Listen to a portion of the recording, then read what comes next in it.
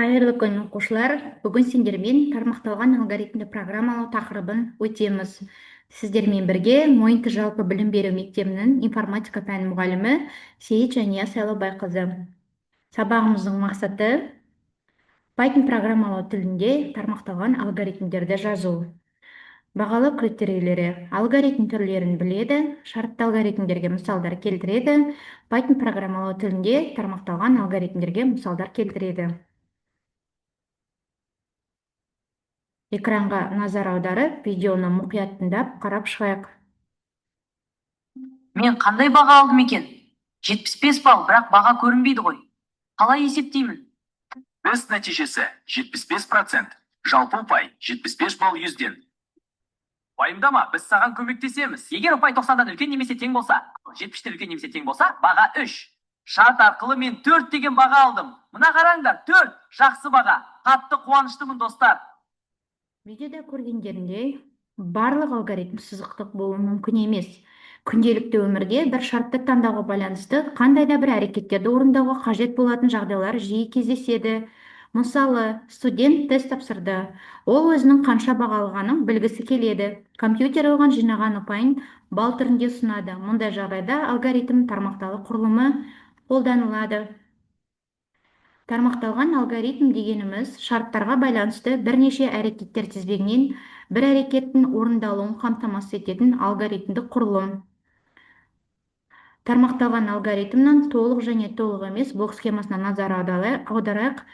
Толық тармақталудың блок схемасына белгілі бір шарт беріледі, яғни if, else. Шарт орындалған жағдайда бірінші әрекет орындалады, әйтпесе екінші әрекет орындалады. Толық емес тармақталудың блок схемасына назар аударсақ, белгілі бір шарт беріледі. Шарт орындалған жағдайда иә орындалады, бірінші әрекет, болмаған жағдайда екінші әрекет орындалады. Python программалау тілінде салыстыру операторлары бар. Соларға назар аударайық. Операторлардың мұнда жазылуы мен мағынасы көрсетілген. Біріншісі 2 тең тұрған жағдайда мағынасы тең болып саналады, жазылуы x тең y-ге. Леп белгісі және тең, мағынасы тең емес, жазылуы x тең емес y-ге. Үлкен белгісі x үлкен y-тен, кіші белгісі x кіші y-тен, үлкен немесе тең x үлкен немесе тең y-тен, кіші немесе тең x кіші немесе тең y-тен. Видеоны тоқтатып, осы логикалық амалдарды дәптерімізге жазып алайық. Осы тақырыпты нақты әрі түсіну үшін бірінші мысалға назар аударайық. Әли есімді оқушы компьютерде бағдарлама құрастырып отыр. Ол адамның жасына қарай оның ересек немесе жас екенін анықтағысы келеді. Шарт бойынша, егер адамның жасы 18-ден үлкен немесе тең болса, онда ол ересек болып саналады. Ал егер жасы 18-ден кіші болса, онда ол жас деп анықталады. Осы есепті бәріміз бірге талдап шығарып көрейік. Есептің берілгені бойынша бірінші жолда бізде айнымалы age деп аламыз. Адам жасы, бізде адамның жасын енгіземіз бүтін сан түрінде. Яғни мына жол int input бүтін санды енгізуді білдіреді. Input-тен кейін жақшаның ішіндегі сөз міндетті түрде тырнақшада жазылады. Мына жерге жасынды енгіз деп жазайын. Мына жерде тырнақшаны нүктеттім. Ары қарай шартымызды орындайық.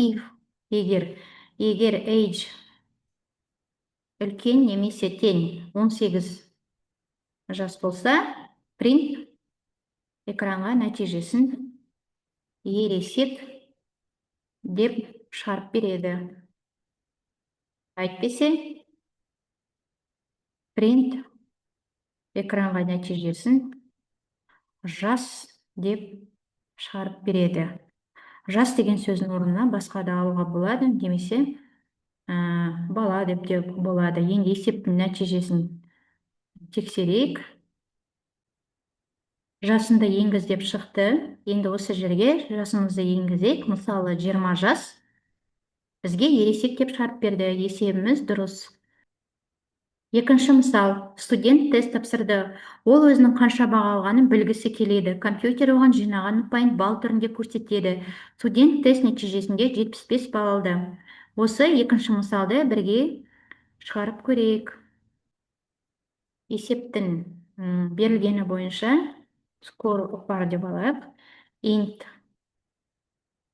input, бізде де ұпайымыз бұл жерде бүтін сан болып саналады. Мына жерге мен ұпай деп жазамын.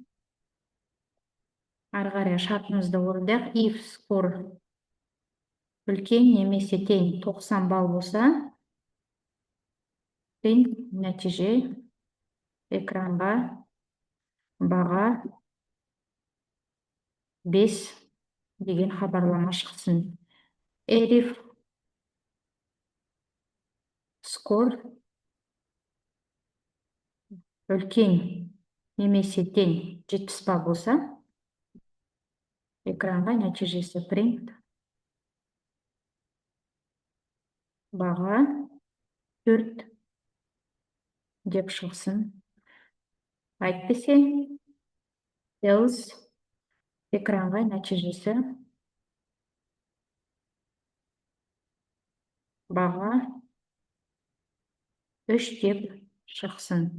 Енді есебіміздің нәтижесін көрейік.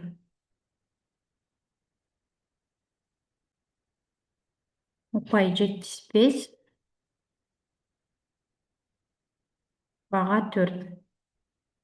Келесі балалар, сендерге мынандай тапсырма. К саны берілген, осы санның жұп немесе тақ екенін анықтайтын программа құр. Егер сан тақ болса, экранға 1, әйтпесе 0 шықсын.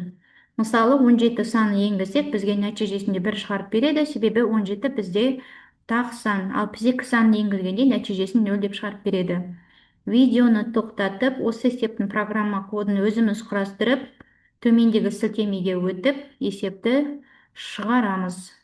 Қарайсыңдар балалар, сендердің есептерінің жауабы менікімен бірдей деген ойдамын. Есебімізді талқылап кетейік. К тені int input санды енгіз болып саналады. Бірінші жолда солай жазамыз кодты. К бізде өзі айнымалы берілген, int input яғни бүтін санды енгіземіз. Ары қарай шартқа назар аударсақ, if k бөлгендегі қалдық 1 деген мағынаны білдіреді. Мына жерде k-ны 2-ге бөлгендегі 1 қалдық дегенді білдіреді. Мына жерде егер қалдық 1 шықса, бізде экранда нәтижесін 1 шығарып береді, әйтпесе 0 шығарып береді. Мысалы, 17-ні алсақ, 17-ні 2-ге бөлгендегі қалдық бізде 1 қалып тұр, сонда бізде нәтижесі 1 шығады. Келесі есеп номері 2-ші тапсырма. Оқушы таңертең мектепке жиналып жатыр. Ол даладағы ауа райын тексерді. Телефондағы ауа райын көрсететін арнайы қосымшада температура көрсетілді. Оқушы температураға байланысты қандай киім киетінін анықтағысы келеді. Температураға байланысты шарттар. Егер температура 20 градус немесе одан жоғары болса, онда жеңіл киінеді. Егер температура 10 градус пен 19 градус аралығында болса, онда ол жылырақ киінеді. Егер температура 10 градустан төмен болса, онда ол қалың киінеді. Бірінші сұрақ. Берілген шарттарға сүйене отырып, температураға байланысты алгоритм құр. Екінші сұрақ. Python бағдарламалы тілге осы есептің кодын жаз. Үшінші сұрақ. Егер температура 25 градус болса, нәтиже қалай өзгереді? Видеоны тоқтатып, сұрақтарға жауап беріп, есептің кодын құрастырамыз. Бұл жерде 3 шарт тұр бізде. Толық тармақталу. Бірінші жолда Т, яғни бізде температура, бүтін сан, температураға бүтін сан енгіземіз, ранды басқан кезде. Бірінші шарт, if температура үлкен немесе тең 20 градус болса, print жеңілгейін деген хабарлама шығады. If Т үлкен немесе тең 10 градус болса, бізге print нәтижесі экранға жылырақ киін деген хабарлама шығады. Әйтпесе print қалың киін деген хабарлама шығады. Келесі тапсырма балалар сендерге сәйкесін тап, операторлардың жазылуы мен мағынасын анықта. Төмендегі сілтемеге өтіп, WordPal платформасында осы тапсырманы орындаймыз. Берілген операторларды жазылуымен сәйкестендіруіміз керек. Бүгін сонымен сабағымыз аяқталды. Назарларыңызға рахмет. сабақ түсінікті болды деген ойдамын.